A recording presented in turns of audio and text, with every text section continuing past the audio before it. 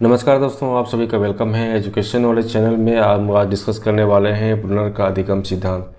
तो ब्रूनर का जो अधिगम सिद्धांत की बात की जा रही है या फिर ब्रूनर थ्योरी की जो बात की जा रही है ना, तो इसके बारे में काफ़ी डिटेल्स में डिस्कस करने वाले हैं। इसके इंट्रो के बारे में समझने वाले हैं, क्या इसका इंट्रोडक्शन था, इसके बारे में काफ़ी डिटेल्स होगा। ठीक है, कि ब्रूनर कौन है, कौन मनोवैज्ञानिक है, इन्होंने क्या प्रूफ किया था, इन्होंने किस प्रकार से इस थ्योरी के बारे में बताया है, इन सभी के बारे में समझेंगे। इनका कंट्रीब्यूशन क्या था इस थ्योरी में, किस प्रकार से इन्होंने समझाया है कि सीखने की बात की जाती है तो किस प्रकार से सीखा जा सकता है। ठीक है, साथ में ये टाइप के बारे में बताया है कि किस प्रकार से किसी भी ब्रूनर थ्योरी की बात करते हैं तो कितने भागों में उसको डिवाइड किया जा सकता है। इन सभी के बारे में काफ़ी डिटेल्स यहाँ पर डिस्कशन होगा, तो वीडियो को लास्ट तक जरूर देखिएगा। ये टेलीग्राम ग्रुप है, इसको ज्वाइन कर सकते हैं, इसका लिंक डिस्क्रिप्शन बॉक्स में मिल जाएगा, या फिर इस QR कोड को स्कैन करके यहाँ से भी ज्वाइन कर सकते हैं। तो चलिए आज से क्लास स्टार्ट करते हैं।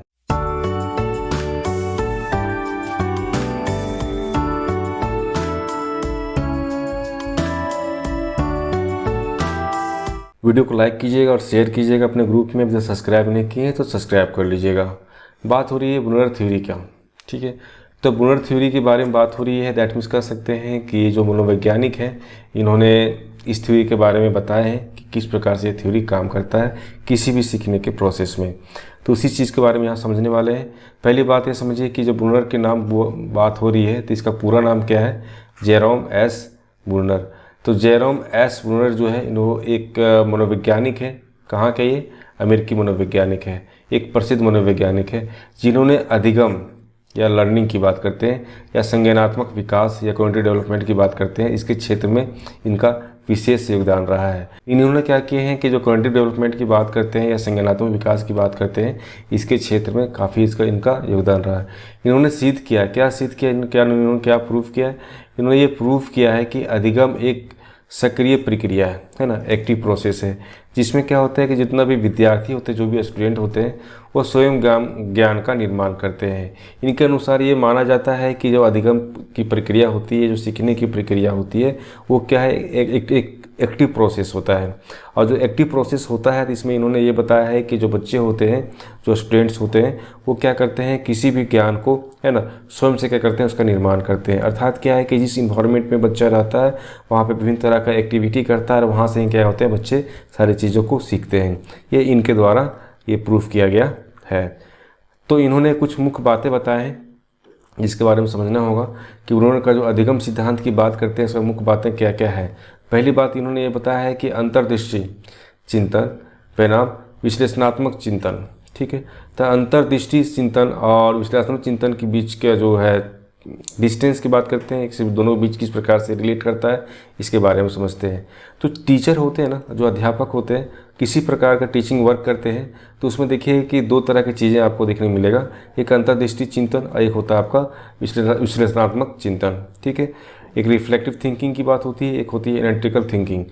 तो एनालिटिकल थिंकिंग की अपेक्षा जो है आपका रिफ्लेक्टिव थिंकिंग जो है काफ़ी ज़्यादा कम ध्यान दिया गया है, लेकिन ऐसा नहीं है। लेकिन बात की जाती है कि जो अंतर्दृष्टि चिंतन की बात करते हैं तो अंतर्दृष्टि चिंतन जो है आपका रिफ्लेक्टिव थिंकिंग जो है, इसकी जो महत्ता काफ़ी ज़्यादा होती है।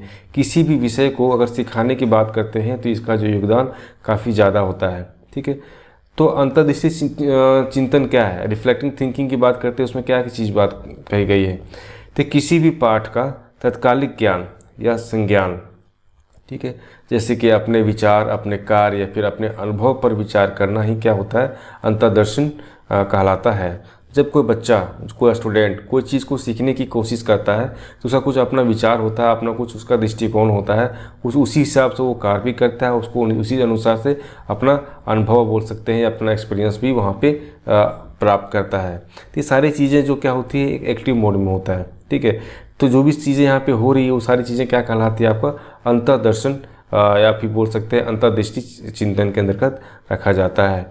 तो ब्रूनर ने क्या बताया, ब्रूनर ने ये बताया है कि अंतर्दृष्टि समझ ज्ञान को शिक्षक प्रोत्साहित न करके हतोत्साहित करते देखे गए हैं।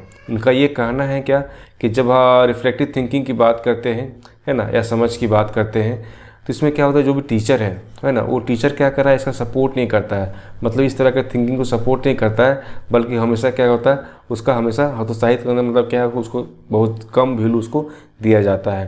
किसी बच्चे का विचार के बारे में नहीं समझते हैं, किसी बच्चे का जो कार्य कर रहा है उसको ज़्यादा महत्व नहीं दी जा रही है, किसी बच्चे कोई चीज़ को एक्सपीरियंस कर रहा है तो उसके बारे में ज़्यादा उसको वैल्यू नहीं दे रहे हैं टीचर्स, है ना। मतलब कि बच्चे क्या है कि बच्चे किसी प्रकार का अपना सोच को पैदा करके इस चीज़ को समझने की कोशिश कर रहे हैं कि सारी चीज़ें किस प्रकार से हुआ है। तो वहाँ पे क्या होता है, टीचर का जो भूमिका थोड़ा सा बोल सकते हैं कि ज़्यादा होने लगता है, जिस कारण से बच्चे को थोड़ा सा फ्रीडम कम होता है और इस तरह की चीज़ें नहीं होती है। ये किसके अनुसार बताया गया है, ये बताया गया है बुनर के अनुसार। नेक्स्ट बात करते हैं कि पाठ की संरचना, स्ट्रक्चर ऑफ लेसन की बात करते हैं। तो किसी भी विषय की बात करते हैं, प्रत्येक विषय जितने भी सब्जेक्ट है ना, सभी का अपना नियम, अपना बोल सकते हैं विधि होती है, ठीक है।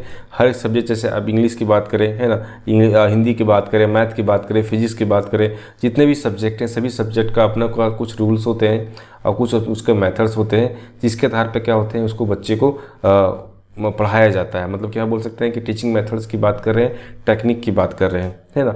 इस सभी के माध्यम से क्या होता है कि बच्चे को पढ़ाया जाता है। जो सब्जेक्ट की बात कर रहे हैं यहाँ पे, तो विभिन्न तरह का सब्जेक्ट होता है, सबका अपना नियम से अपना उसका मेथड्स होते हैं, तो जिन्हें क्या होते हैं बालकों द्वारा क्या होता है सिखाना आवश्यक होता है।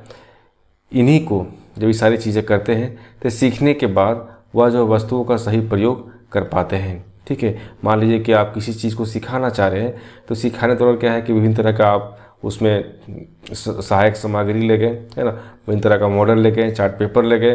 तो जो भी मॉडल और चार्ट पेपर आप ले गए हैं उसके मदद से क्या कर रहे हैं, उस टॉपिक के बारे में काफ़ी डिटेल से यहाँ पे डिस्कस कर रहे हैं।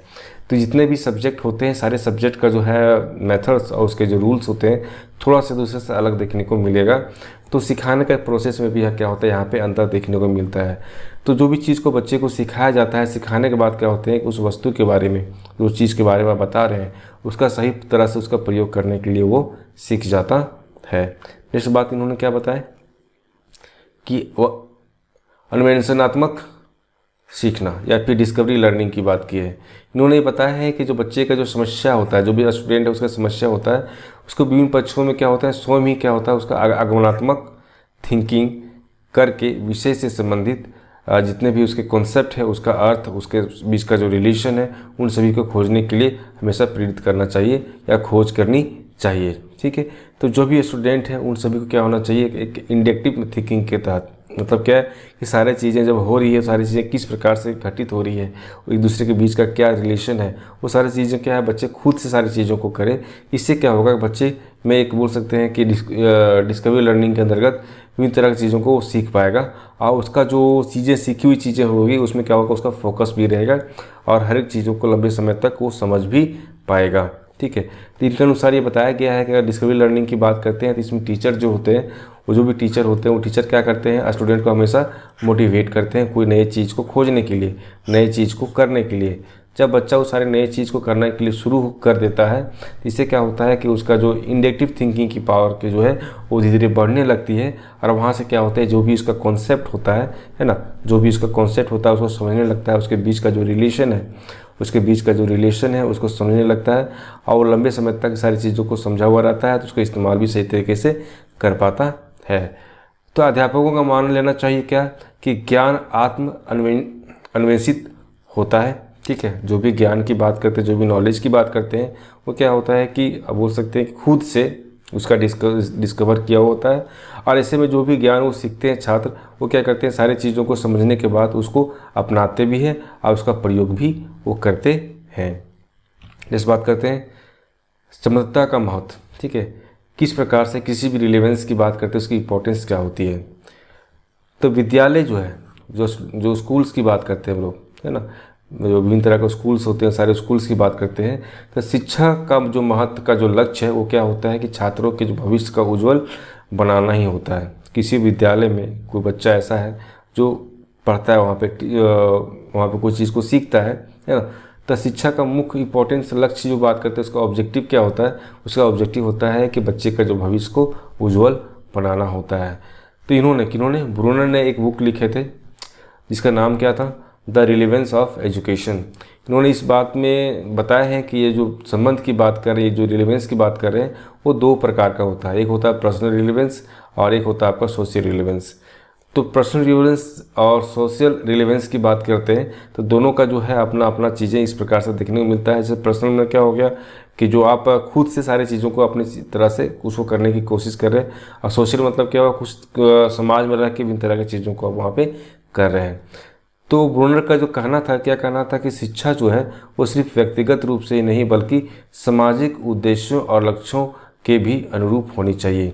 ऐसा नहीं कि जो भी एजुकेशन आप दे रहे हैं, ठीक है, बच्चों को जिस प्रकार का एजुकेशन दे रहे हैं उसमें क्या होगा, सिर्फ बच्चे का ही हित नहीं होगा, बच्चे का ही सारी चीज़ें नहीं होगी, है ना।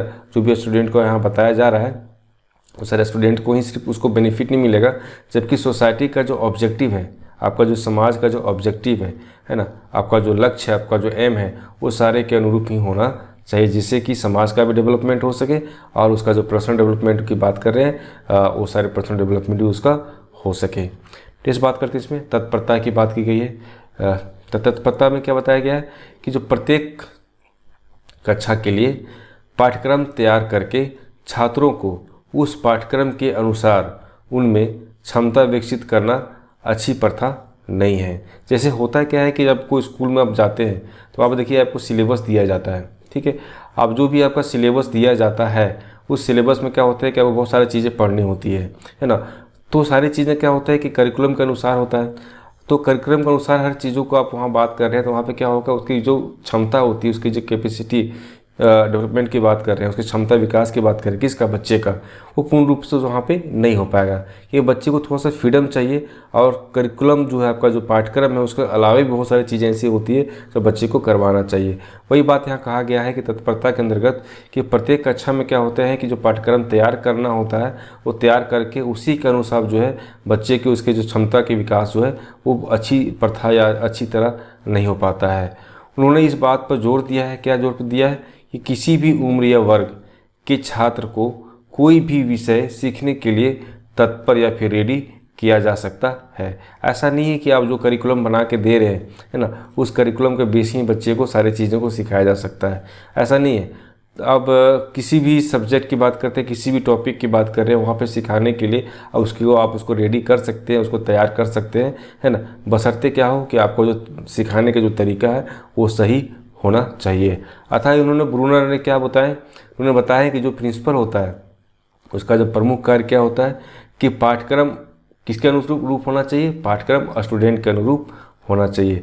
जो भी छात्र हैं, जो भी स्टूडेंट्स हैं, उसके अनुसार क्या होना चाहिए, उसका करिकुलम तैयार करना चाहिए, जिससे क्या हो कि बच्चे का जो क्षमता डेवलपमेंट की बात कर रहे हैं, उसकी कैपेसिटी का विकास की बात कर रहे हैं, वह अच्छी तरह से हो पाए। तो इस बात करते हैं इसी में शिक्षार्थियों द्वारा स्वयं कार्य करने की उपयोगिता, ठीक है, importance of learner doing things.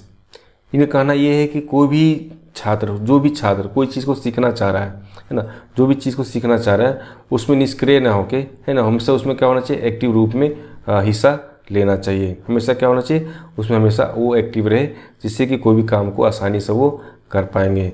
इसका दो लाभ होता है। पहला लाभ क्या होता है कि यह जो छात्र है ना, छात्र क्या होता है, जो भी पाठ, जो भी लिस्ट पढ़ाया जाता है वो अच्छी तरह से उसको समझ भी पाता है, और दूसरा लाभ ये होता है कि वो जल्दी से उस चीज़ों को सीख लेता है और अधिक समय तक उसको याद करके रख भी सकता है, क्योंकि वहाँ पे क्या है, निष्क्रिय होके नहीं जबकि एक्टिव होके, निष्क्रिय होके नहीं जबकि एक्टिव होके सारी चीज़ों में वहाँ पे हिस्सा ले रहा है और सारी चीज़ों को सीखने की कोशिश कर रहा है।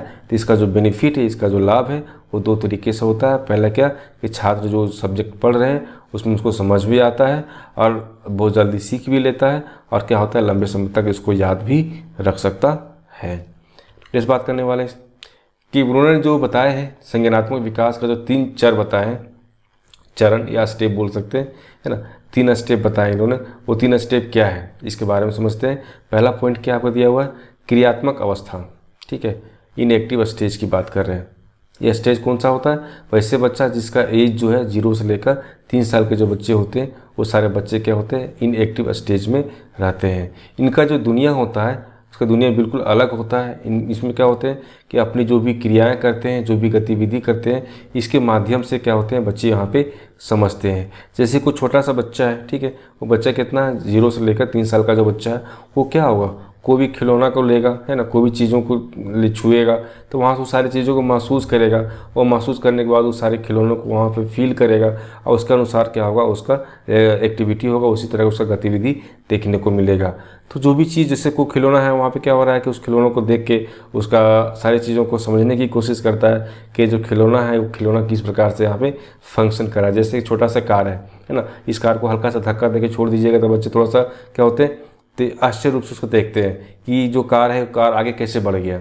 ठीक है, जैसे मान ली कोई भी चीज़ को देते हैं बच्चे तो क्या होता है, वो सारी चीज़ों को देखने के बाद उसे थोड़ा सा आश्चर्य जैसा फीलिंग होता है कि सारी चीज़ें कैसे हो रही है। तो उसका जो दुनिया होता है बिल्कुल अलग होता है, उसकी जो क्रियाएं होती है, उसका जो बोल सकते हैं सीखने का जो तरीका होता है, उसके जो गतिविधि होती है, उसको क्या होते हैं कि सारी चीज़ों को छू के महसूस करके, है ना, और उसका प्रयोग करके उस सारी चीज़ों को सीखते हैं। जैसे कि क्या हुआ कि कोई बहुत सारे खिलौने ऐसे जो लाते हैं घर पे, तो बच्चा क्या करता है, उसको तुरंत उसका सारे पार्ट्स पुर्जा बिल्कुल अलग कर देता है।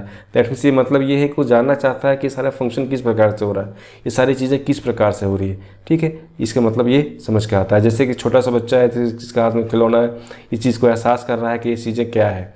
उस छोटा सा बच्चा यहाँ खिड़की सामने बैठ खड़ा है और उस छू के एहसास कर रहा है कि बाहर का जो वेदर है या कोई भी चीज़ है वो किस प्रकार से यहाँ पे देखने को मिल रहा है।